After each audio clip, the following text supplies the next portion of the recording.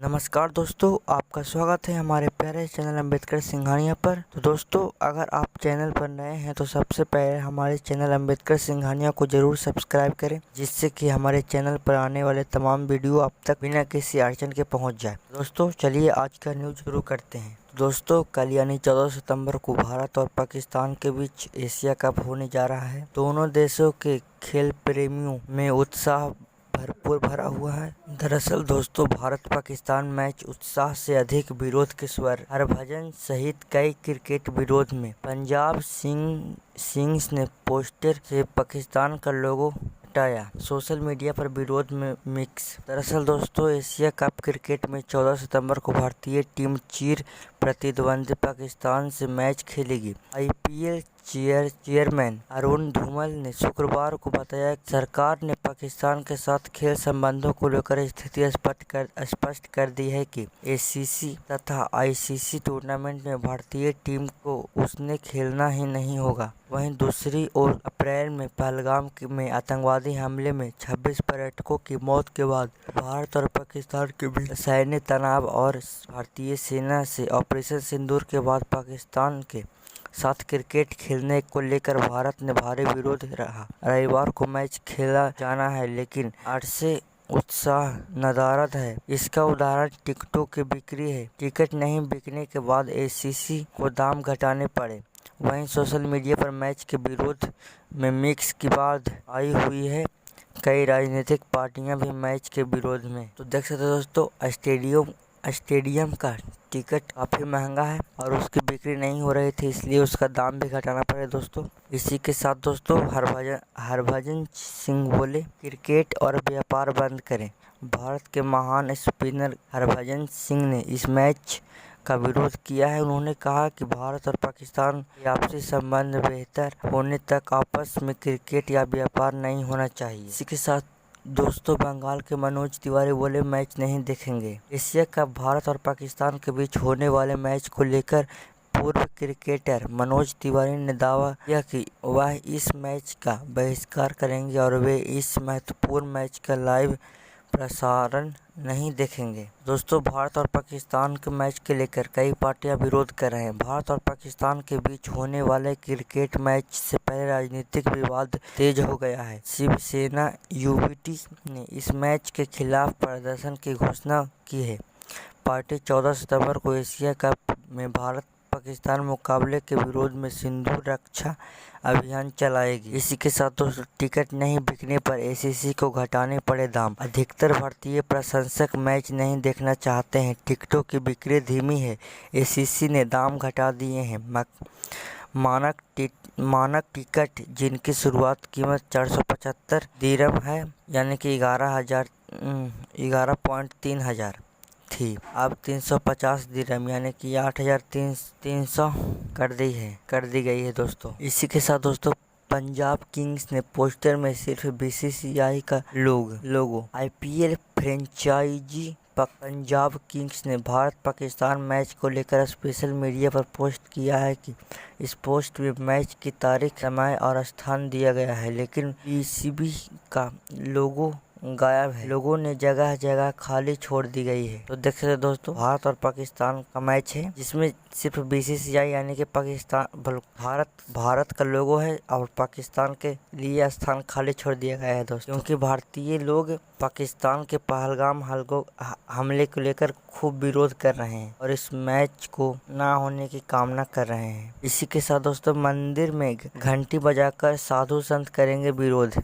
उत्तर प्रदेश सहित देश के कई हिस्सों में साधु संत की ओर से इस मैच का विरोध करने का निर्णय लिया गया है। साधु संतों ने मुताबिक पाकिस्तान एक आतंकवादी देश है, जिसने पहलगाम में हमारे देश की जनता का नाम पूछ कर उनकी हत्या की। साधु संत ने मंदिरों के घंटी को बजाकर अपना करेंगे विरोध जताएंगे। देख सकते दोस्तों, सही भारतीय चाहते हैं कि पाकिस्तान एक आतंकवादी देश है और वह नहीं चाहते हैं कि पाकिस्तान हमारे भारतीय टीम के साथ मैच खेले, और इसी के विरोध में साधु संत मंदिरों में घंटी बजाकर करेंगे विरोध। दोस्तों, सोशल मीडिया पर छापा हुआ पाकिस्तान मैच के बहिष्कार का हैशटैग। भारत पाकिस्तान मैच को लेकर बॉयकॉट पाठक मैच और no cricket with Pakistan hashtag social media पर छापा हुआ है। बड़ी संख्या में लोग यह मांग कर रहे हैं कि पाकिस्तान के साथ सिर्फ क्रिकेट ही नहीं, किसी भी स्तर पर सहयोग बंद किया जाए। कुछ फैंस ने बीसीसी से भी इस मैच को रद्द करने की अपील की है। तो देख सकते हो दोस्तों, भारत के लोगों ने पाकिस्तान और भारत के बीच होने वाले मैच को लेकर hashtag no cricket with Pakistan के साथ सोशल मीडिया पर छापा हुआ है तथा बॉयकॉट पाक मैच हैशटैग छापा हुआ है दोस्तों, जिससे कि विरोध कर रहे हैं। इसी के साथ दोस्तों, मुकाबले के लिए भारतीय टीम ने शुरू की है तैयारी। दरअसल दोस्तों, भारतीय टीम एशिया कप में अपना पहला मैच संयुक्त अरब अमीरात यानी कि यूएई से जीत चुकी है। पाकिस्तान के खिलाफ जीत दर्ज करते हुए सुपर 4 में जगह बना ली है। भारतीय टीम ने इस मैच को लेकर तैयारी शुरू कर दी है। नेट पर अभ्यास के साथ भारतीय खिलाड़ियों का टेस्ट भी हुआ है। बीसीसीआई ने सोशल मीडिया के माध्यम से इसकी जानकारी दी है कि यह सब स्ट्रेंथ एंड कंडीशनिंग कोच की देखरेख में हुआ। ब्रोनको टेस्ट को हाल ही में टीम इंडिया में लगाया गया है। यह दुनिया का सबसे मुश्किल टेस्टों में से गिना जाता है। क्रिकेट के अलावा इससे कई और खेल में यूज करते हैं। एड्रियान ने बताया कि खिलाड़ियों को एरोबिक फिटनेस कैसी है इसका हमें अच्छा आइडिया मिल चुका है और इस बात का भी हम सही दिशा में जा रहे हैं या नहीं। तो देख सकते दोस्तों, भारतीय खिलाड़ियों का ब्रोनको टेस्ट हो चुका है। ब्रोनको टेस्ट दुनिया का सबसे मुश्किल टेस्टों में से एक है दोस्तों, जिसका उपयोग कई खेलों में किया जाता है। दोस्तों, पाकिस्तान के खिलाफ भारत का पलड़ा भारी। एशिया कप में भारत का पाकिस्तान के खिलाफ पहला पलड़ा भारी रहा है। दोनों ने अब तक 18 मैच खेले हैं, जिनमें से भारत ने 10 मैच जीते हैं, 6 मैच पाकिस्तान ने जीते हैं, 2 मैच बेनतीजे रहे हैं। और दोस्तों, 18 में से 3 T20 फॉर्मेट में खेले गए हैं और 2 भारत ने जीते थे। इसी के साथ दोस्तों, भारत पाकिस्तान में हो सकते हैं 3 मैच। एशिया कप में भारत पाकिस्तान के बीच 3 मुकाबले हो सकते हैं। पहला मैच 14 सितंबर को दुबई इंटरनेशनल स्टेडियम में खेला जाएगा। भारत पाकिस्तान के सुपर 4 राउंड में पहुंचे पर 21 सितंबर को दोनों में भिड़ते हो सकते हैं। अगर दोनों टीम फाइनल में पहुंचती है तो यह एशिया कप का दोनों के बीच तीसरा मैच होगा। देख सकते दोस्तों, भारत और पाकिस्तान के बीच हो सकते हैं 3 मैच। एक तो 14 सितंबर को और इसमें से भी कोई क्वालिफाई होकर 21 सितंबर को दोनों देश खेल सकते हैं और 21 सितंबर को जीतने के बाद दोनों टीम आखिरी मैच यानी कि T2 एशिया कप के लास्ट में फाइनल पहुंचने के बाद दोनों देश खेल सकते हैं। इसी के साथ दोस्तों, राधा कृष्णन ने ली उपराष्ट्रपति की शपथ। धनखड़ ने हाथ मिलाकर दी बधाई। दरअसल दोस्तों, आप लोगों को पता ही होगा कि 13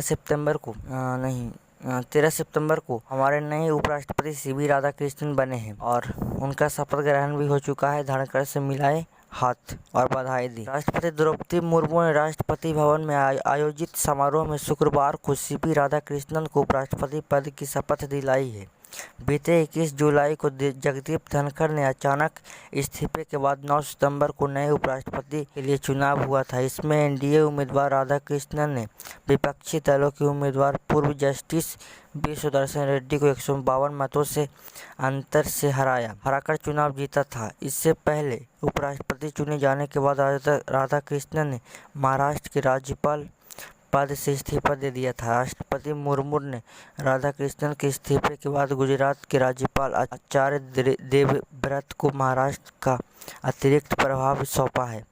पूर्व उपराष्ट्रपति जगदीप धनखड़ ने शपथ ग्रहण के बाद हाथ मिलाकर राधाकृष्णन को दी बधाई। इसी के साथ दोस्तों, राज्यसभा में सभापति के रूप में भी किया पदभार ग्रहण। सीपी राधाकृष्णन ने शुक्रवार को राज्यसभा के सभापति के रूप में पदभार भी ग्रहण किया। राधाकृष्णन ने संसद भवन परिसर स्थित प्रेरणा स्थल पर पुष्पांजलि अर्पित की, जहां राज्यसभा के उप सभापति हरिवंश, संसदीय कार्य मंत्री किरेन रिजिजू और संसदीय कार्य राज्य मंत्री अर्जुन राम मेघवाल ने उनका स्वागत किया। बाद में वह राज्यसभा के सभापति के कार्यालय गए और उच्च सदन के पीठासीन अधिकारी का कार्यभार ग्रहण करने के संबंध में दस्तावेजों पर हस्ताक्षर किए।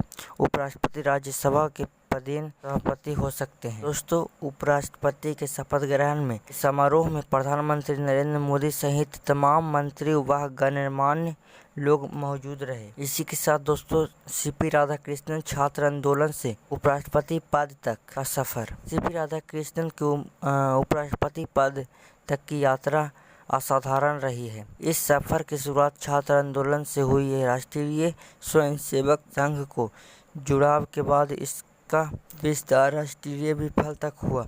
संघ के सक्रिय राजनीतिक में आए सीपी राधाकृष्णन ने भाजपा में संगठन में लंबे समय तक काम किया। 2004 से 7 तक वह तमिलनाडु प्रदेश भाजपा के अध्यक्ष। 2020 से 22 तक वह केरल भाजपा के प्रभारी भी रहे। उपराष्ट्रपति पद के लिए एनडीए के प्रत्याशी चुने जाने से पहले तक वह महाराष्ट्र के राज्यपाल थे। फरवरी 2023 में उन्हें झारखंड के राज्यपाल नियुक्त किया गया था। उन्होंने तेलंगाना के राज्यपाल और पुडुचेरी के उपराज्यपाल का अतिरिक्त कार्यभार भी संभाला। ओबीसी समुदाय कोंगू बेल्लार काउंडर से आने वाले राधाकृष्णन की शादी सुमिति से हुई और उनके उनका एक बेटा व एक बेटी है। तो देख सकते हो दोस्तों, सीपी राधाकृष्णन का उपराष्ट्रपति का सफर इतना भी आसान नहीं था दोस्तों। वह छात्र आंदोलन से लेकर अभी वर्तमान में भारत के उपराष्ट्रपति पद पे हैं, क्योंकि यह सफर आसान नहीं है। इसी के साथ दोस्तों, सियासी उथल पुथल हो रहे हैं। नेपाल में 2000 से अधिक नौकरियां प्रभावित। नेपाल में हिंसक उपद्रव से होटल उद्योग को 25 अरब तक नुकसान हुआ है दोस्तों। दरअसल दोस्तों, नेपाल में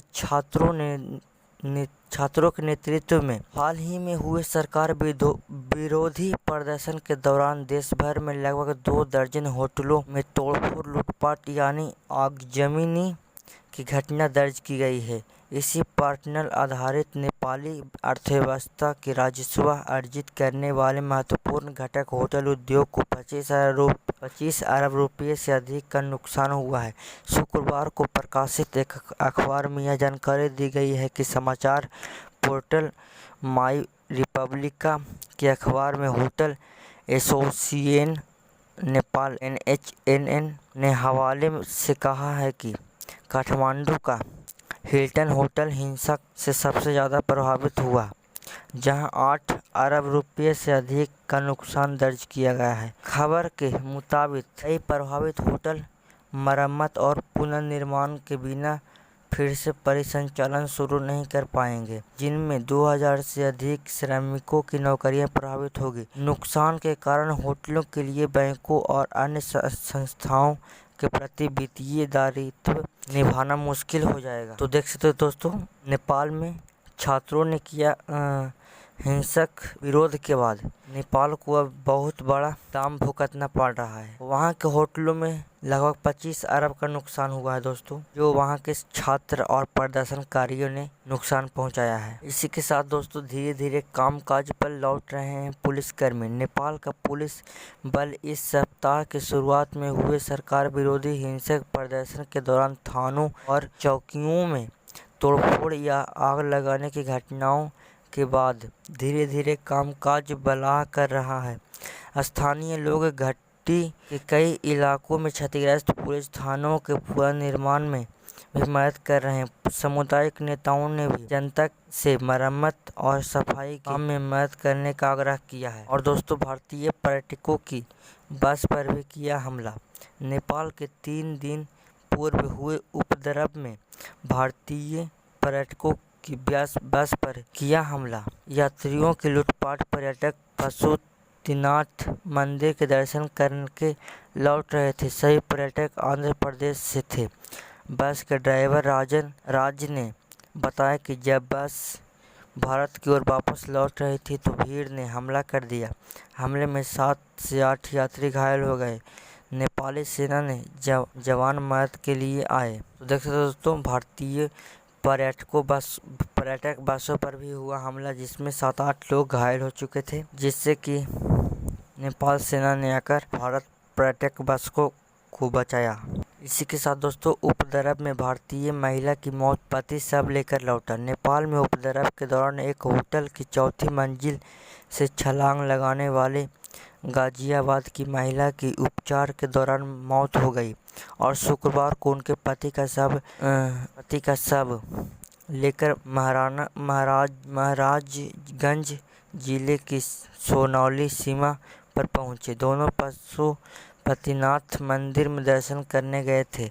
गाजियाबाद के ट्रांसपोर्ट रणवीर सिंह गोला पत्नी संग 7 सितंबर को काठमांडू गए थे और वे होटल हयात रिजेंसी में रुके थे। जैसे ही अशांति बढ़ी, प्रदर्शनकारियों ने होटल में आग लगा दी। दोनों ने जान बचाने के लिए चौथी मंजिल से छलांग लगा दी। बचाव दल ने नीचे गद्दे बिछा दिए थे जिन पर गिरने से दोनों की जान बची। इस पर महिलाओं ने अस्पताल में दम तोड़ दिया। दरअसल दोस्तों, गाजियाबाद की 2 महिला नेपाल के होटल में फंसी हुई थी। वहां के प्रदर्शनकारियों ने उस होटल में आग लगा दी, जिससे कि वहां पर काफ़ी हुड़दंग मच गया और वहां पर दोस्तों होटल के कार्यकर्ताओं ने नीचे गद्दा बिछा दिया था, जिससे कि कोई भी होटल में रहने वाले लोग अपनी जान बचाने के लिए नीचे कूद सकते थे स्वतंत्र पूर्वक, जिससे कि उनका कुछ नुकसान ना हो। तभी दोस्तों वह गद्दे पर गिरने के बाद भी वह हॉस्पिटल में भर्ती होने के बाद वह अपना दम तोड़ देते हैं दोस्तों, जो कि बहुत दुखद बात है। इसी के साथ दोस्तों, मोहन भागवत बोलते हैं मजबूत भारत से डर है, अमेरिका को तभी तो लगाया जा रहा है टैरिफ। दरअसल दोस्तों, आरएसएस के प्रमुख मोहन भागवत ने शुक्रवार को कहा कि भारत पर टैरिफ इस डर से लगाया गया है कि अगर यह देश मजबूत हो गया तो उनके साथ क्या हो सकता है। उन्होंने किसी देश का नाम लिए बिना यह कहा कि ऐसे कदम आत्मकेंद्रित दृष्टिकोण का परिणाम है।